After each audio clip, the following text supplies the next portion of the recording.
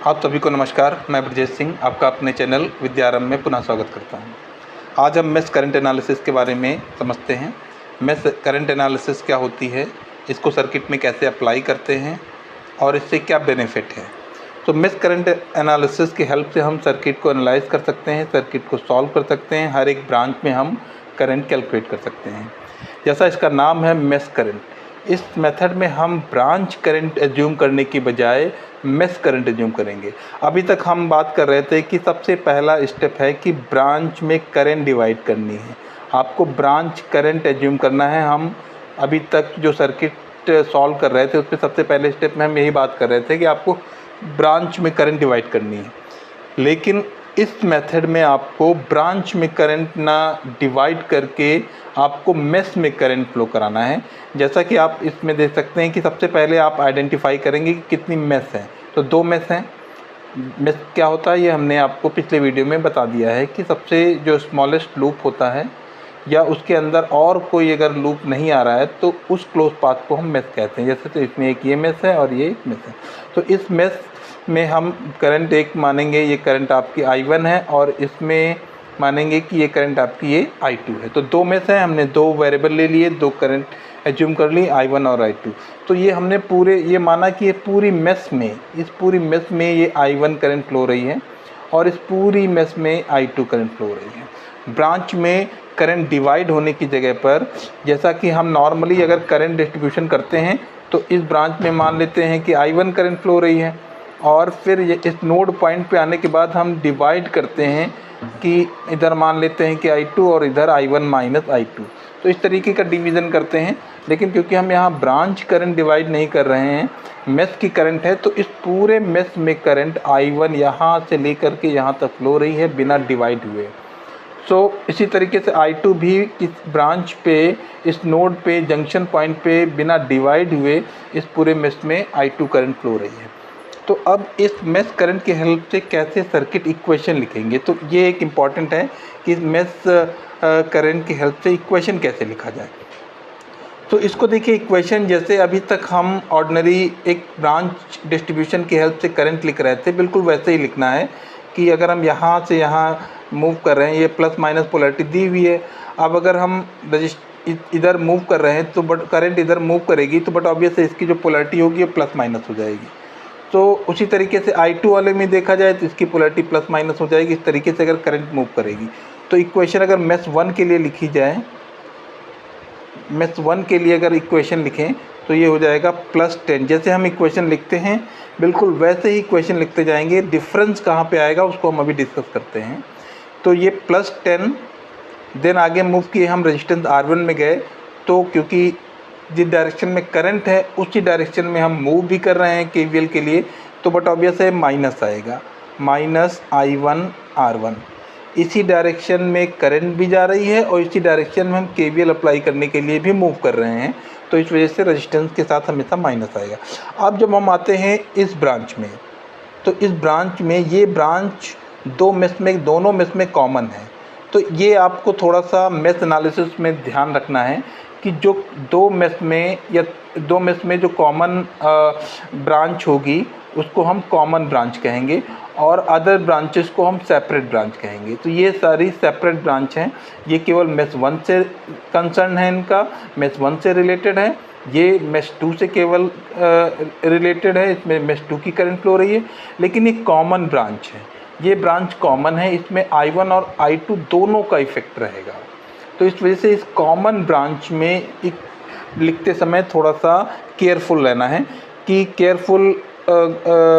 अगर आपने इसको सुन लिया तो फिर और इजी हो जाएगा उसको लिखना।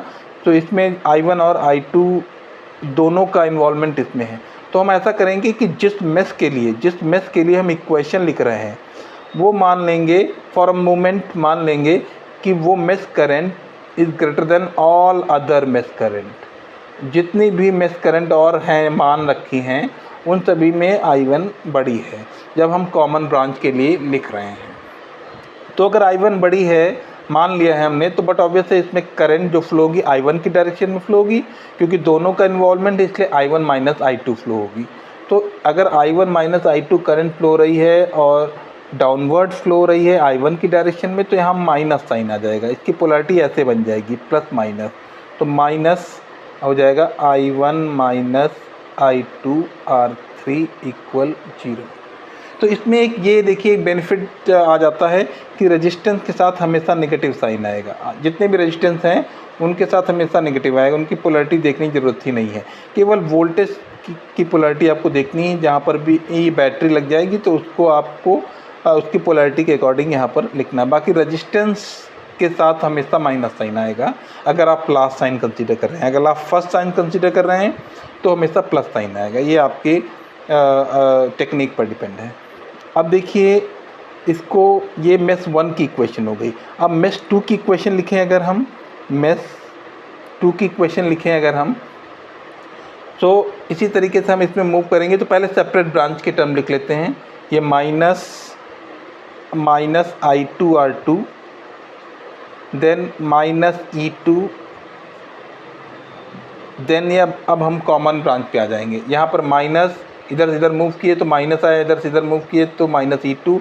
अब यहाँ पर आए अगेन जैसा हमने इसके केस में किया था, अब हम मेश 2 के लिए इक्वेशन लिख रहे हैं। तो यही हम सपोज करेंगे that mesh 2 current is now greater than all other mesh current.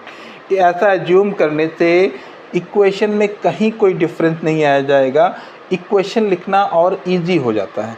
तो अगर हम I2 को हमने मान लिया तो अब देखिए इसमें करंट जो फ्लो होगी वो I2 की डायरेक्शन में फ्लो होगी, और जो करंट होगी वो I2 माइनस I1 होगी। डायरेक्शन I2 की होगी, करंट I2 माइनस I1 होगी। तो अगर I2 डायरेक्शन में करंट फ्लो होगी तो इसकी जो पोलैरिटी बनेगी प्लस ये बन जाएगा, माइनस ये बन जाएगा। तो अगेन हम माइनस साइन यहाँ पे आ जाएगा, minus I2 minus I1 into R3 equal 0। तो आइए देखते हैं कि ये एजम्पशन करने से क्या कोई इक्वेशन में डिफरेंस आया है। तो अगर हम इस सेकंड टर्म में से माइनस कॉमन ले लें तो ये टर्म बन जाता है plus I1 minus I2 into R3, ये टर्म बन जाएगा। तो अब अगर आप देखिए एक इक्वेशन में पहली मैथ इक्वेशन लिखते समय हमने माना I1 is greater then I2, तो करंट इसमें हमने मान लिया कि downward current flow, automatic current downward हो जाएगी I1 minus I2, automatic downward current हो जाएगी। तो जो इसको पोलैरिटी बन जाएगी वो प्लस माइनस ऐसे बन जाएगी। तो पहली टर्म में जो साइन आया माइनस आया, minus I1 minus I2 R3। अगर मान लेते हैं कि यही रहने देते हैं, जैसा ये है, एक बार एजम्पशन हो गया, उसी को कंसीडर करते हैं मेश 2 में, तो देखते हैं क्या इक्वेशन बनेगी। यहाँ पर माइनस I2 R2, यहाँ माइनस E2, जब हम यहाँ पर आएंगे तो लास्ट साइन प्लस आ जाएगा, plus I1 minus I2 into R3, plus I1 minus I2 into R3। इसका मतलब है ये वही है। अगर इसमें से माइनस कॉमन ले लें तो ये ऐसा बन जाएगा। तो ऐसा इस टाइप से लिखने से क्या बेनिफिट होता है कि हमें इक्वेशन लिखना बहुत आसान हो जाएगा। हम जिस मेश के लिए लिख रहे हैं बस उसी माइनस माइनस माइनस करते जाएंगे ऑल अदर। मान लेते हैं यहाँ कोई मेश, अगर एक मेश यहाँ पर बन जाती, मान लेते हैं ये मेश बन जाती और ये रेजिस्टेंस R4 हो जाता और ये करंट हो जाती I3, ये करंट हो जाती I3। तो इसकी इक्वेशन, अब मेश 1 की इक्वेशन कैसी होती वो देखते हैं। अब मेश 1 की इक्वेशन ये तीसरे आने के बाद क्या होती, प्लस E। अब देखिए सेपरेट ब्रांच क्या है, केवल इतनी है। मेश 1 की करंट जहाँ फ्लो हो रही सिर्फ इतने में फ्लो होगी, तो ये एक सेपरेट ब्रांच है। ये भी अब एक कॉमन ब्रांच हो गई मेश 1 और मेश 3 के बीच में। ये भी एक कॉमन ब्रांच हो गई मेश 1 और मेश 2 के बीच में। तो अब जो इक्वेशन होगी प्लस E1 माइनस, अब यहाँ पर ये कॉमन ब्रांच है। देखिए रेजिस्टेंस के केस में हमेशा माइनस आ रहा है, माइनस। अब क्योंकि मेश 1 के लिए लिख रहे हैं इसलिए mesh 1 is greater than mesh 3, तो minus I1 minus I3 into R1। अब यहाँ पर आए again mesh 1 is greater than mesh 2, minus resistance के साथ minus sign, minus I1 minus I2 into R2 equal 0। ये देखिए कितना इजी हो गया। बस जिस मेश के लिए इक्वेशन लिख रहे हैं उसी में हम मूव करते जाएंगे और बाकी ऑल जो भी मेश करंट आ रहे हैं उसको माइनस में करते जाएंगे और लिखते जाएंगे। रेजिस्टेंस के साथ हमेशा नेगेटिव साइन आएगा। इसी तरीके से मेश 2 के लिए अगर हम इक्वेशन लिखें तो मेश 2 के लिए इक्वेशन लिखेंगे तो अब सपोज करेंगे mesh 2 current is greater then all other mesh current. तो पहले सेपरेट ब्रांच कर लिख लेते हैं, तो ये E2 है, तो इस डायरेक्शन में अगर हम आएंगे तो माइनस आएगा, तो माइनस E2 देन ये कॉमन ब्रांच आ रही है R3 की, तो माइनस रजिस्टेंस है इसलिए साइन माइनस रहेगा। अब मेश 2 के लिए इक्वेशन लिख रहे हैं इसलिए I2 minus the other mesh current I1 into resistance R3। अब यहाँ से यहाँ पर आए, अगेन ये कॉमन ब्रांच है तो रजिस्टेंस है इसलिए माइनस साइन रहेगा, I2 minus I3 into R2 equal 0। अब इसी तरीके से मेश 3 के लिए इक्वेशन लिखें, तो मेश 3 के लिए इक्वेशन कैसी होगी, यहाँ इस में पहले सेपरेट ब्रांच से, ये सेपरेट ब्रांच है तो रजिस्टेंस इसलिए माइनस साइन रहेगा, माइनस I3 इंटू R4। अब हम यहाँ पर आए तो ये कॉमन ब्रांच आ गई। अब अगेन यही एज्यूम करेंगे that I3 greater than all other mesh current, तो I3 minus I2 into R2, और फिर हम मूव करके यहाँ पर आते हैं तो ये हो जाएगी माइनस I3 माइनस I1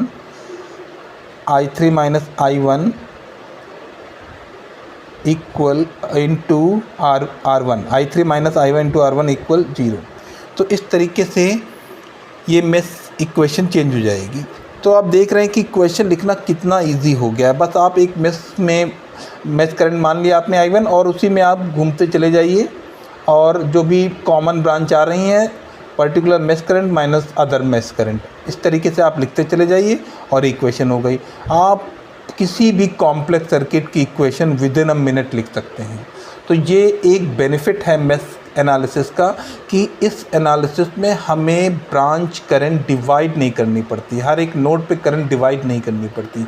जब सर्किट कॉम्प्लेक्स होता जाता है, जब सर्किट बड़ा होता जाता है तो उसमें फिर करंट डिस्ट्रीब्यूट करके इक्वेशन लिखने में फिर प्रॉब्लम होती है, क्योंकि हर एक मेश पे, हर एक नोड पर हमें करंट डिस्ट्रीब्यूट करना होता है। तो ये एक अपने आप में एक बड़ा टास्क है कि हम सही करंट डिस्ट्रीब्यूट करें, तो ये एक टाइम टेकिंग टास्क है।